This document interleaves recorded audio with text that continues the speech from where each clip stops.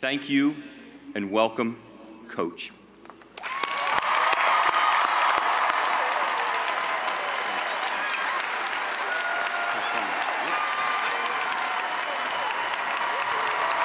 Thank you. Thank you very much. Thank you. You guys look great. Thank you.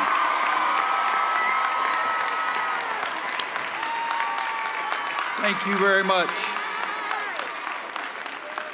B-Rob and Shay and Robbie up here close to the front, they were about to fall asleep and they didn't want to get in trouble with me. Thank you, Chancellor. This is a great honor. I appreciate you. You stand for the students and the faculty, not driven by the politicians, and that's tough at times. But I appreciate this honor, and I hope at the end of the day you don't say, "What the crap was I thinking?" Okay. 54 years ago, I was a freshman at the University of North Carolina at Chapel Hill. My mom and my aunt brought me to school. The reason my aunt came is because my mom and I were the only two still in the home and we had no car. And my aunt drove me down. And I remember going to the dorms on South Campus, Morrison, and particularly Hinton James, where I lived. And I said, boy, oh boy, wow, you are on your own now, so you better take care of your business. And I think I did okay. Almost 50 years ago, I sat at my graduation at a picture of my mom and me. I was in my cap and gown. It's the only picture I've ever seen of just my mom and me. She was a very intelligent but uneducated lady, but an angel for me. The bad news is, I don't remember who spoke at my ceremonies. So I want to do something today to make sure you remember at least for 1 year. Okay. So,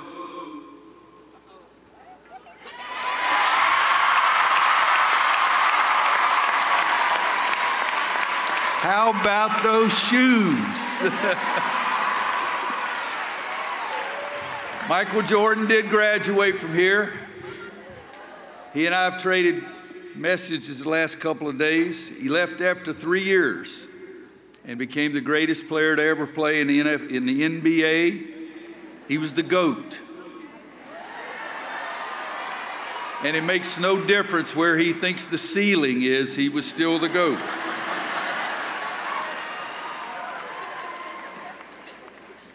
He's the greatest to play, but he came back here to get his education, and yes, he sat here and went through the graduation ceremonies. Marvin Williams was on our 2005 team, only played 1 year. Left and went to the NBA and was the first one and done to ever graduate from college. It took him, I think, 9 summers. And for a long time, he was the only one and done that had ever graduated. Those guys knew how much important it was to their family and their friends and for them to set an example. I even remember Michael Jordan's mom saying, "Are you sure you want to go to the NBA?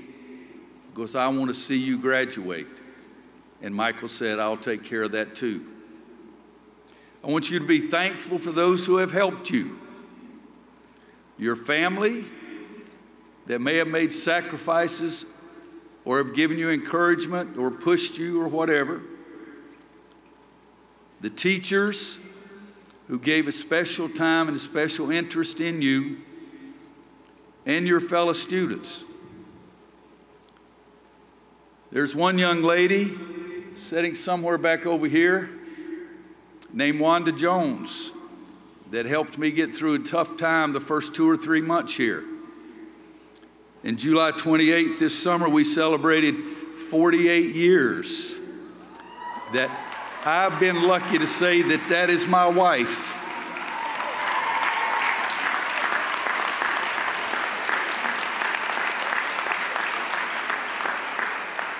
Most of the time I tease everyone and say that for 48 years I've allowed that woman to live with me. But I can't tease you guys because you mean so much to me. So the truth is, she was awfully special to help me get through until October 15th, my freshman year. And then basketball started and things got really good. So, in 2005, you guys were about 7 years old. In 2009, you were about 11. In 2017, you were students here.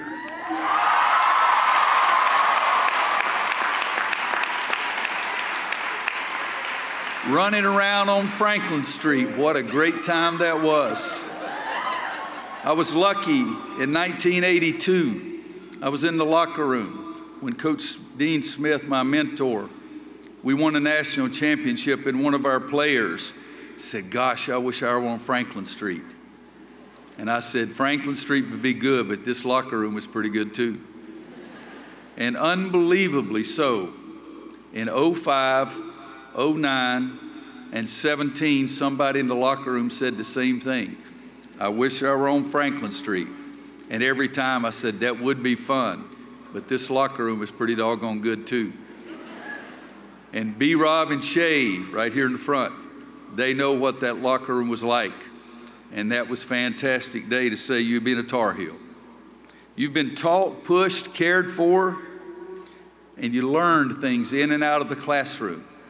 That's what North Carolina does. It's not just what you learn in the classroom. It's everything you get.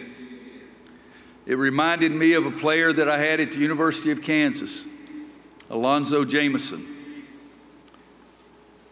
Alonzo was 6'4", about 250, and in '91 he was the MVP of the South Regional in Charlotte, North Carolina, that led us to the Final Four for the first time during my coaching career in 1991. And I do think of that when I think of Alonzo, but I also think of something else. You know how basketball, sometimes more than one person has possession of the ball, and guys are holding on and you're trying a macho thing to pull it away and the other guy doesn't want you to pull it away. So we're playing Oklahoma, and Alonzo and an Oklahoma player both had a hold of the basketball. And it was a macho thing. They were trying to jerk it away. 6 feet away from me in front of the bench. And all of a sudden Alonzo decided that had taken long enough. So he jerks it away, and the Oklahoma player held on for a second, and then he realized that he was in the air. And he bounced about 3 times on the floor. And this was right in front of our bench. And he jumped up and came running right up into Alonzo's face. And Alonzo, who was confident, who had been prepared, and knew who he was, he said, "Now what you gonna do?" So that's the question I'm gonna ask you. Now what you gonna do? And I look down here and see 2 young ladies over here that I saw earlier today and took a picture. Wearing number 23 and number 3. And they told me that basketball season kept them here their freshman year, and they were so, so happy they did. Thank you. I'm going to give you some thoughts, and I'll try to make it quickly so you won't be bored, but it's things that I love, and hopefully you'll find something in there that may help you. Some of the 3 players sitting up here have heard some of these. Give a man a fish, and he will eat for a day.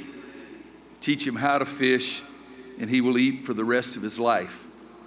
You have been taught how to fish. Another one, small minds discuss people. Average minds discuss events.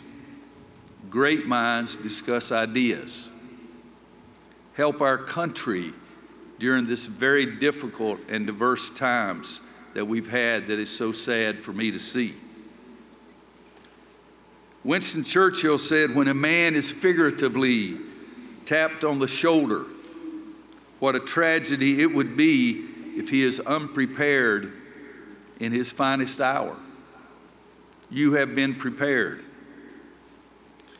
Martin Luther King said, injustice anywhere is a threat to justice everywhere. Help us pull together. We need that in our country right now. We need to work together. We need to be one as the greatest nation in the entire world. Zig Ziglar was supposedly, thank you.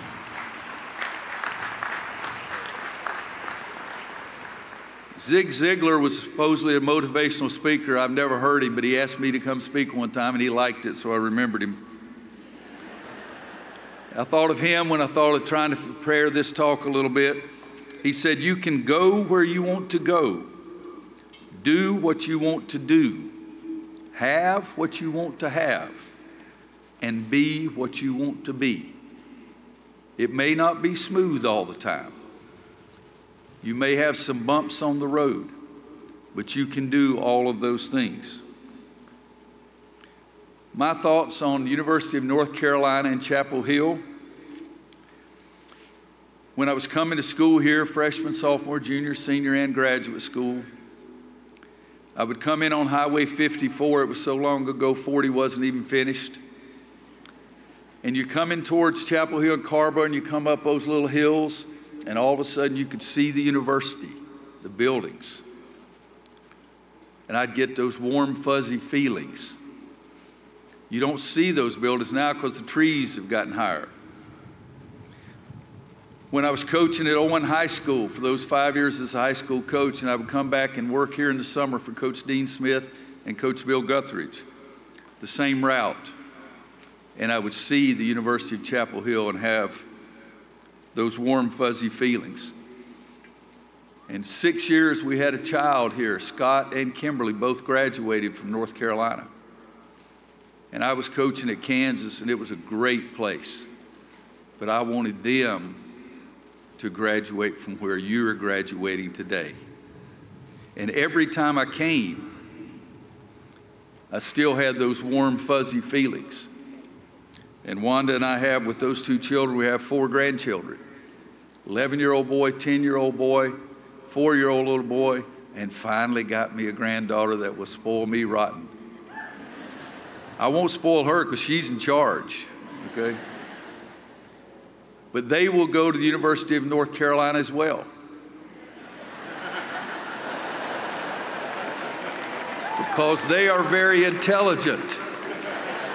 And as long as they go here, they will stay in my will. North Carolina, Chapel Hill, and the University of North Carolina will be your second home.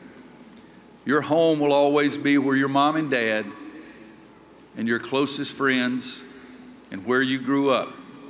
But you grew up a different way here at the University of North Carolina. This will always be your second home. Always. President John F. Kennedy said in 1961, I think, when he was here speaking on University Day, and rightfully so, the bell should chime when I'm talking about one of our great leaders. President Kennedy said something that I really loved. Ask not what your country can do for you. Ask what you can do for your country. Think about that and substitute the word university. Ask not what your university can do for you. Ask what you can do for your university. And always care and help and love this place. I do, and I do more each and every day.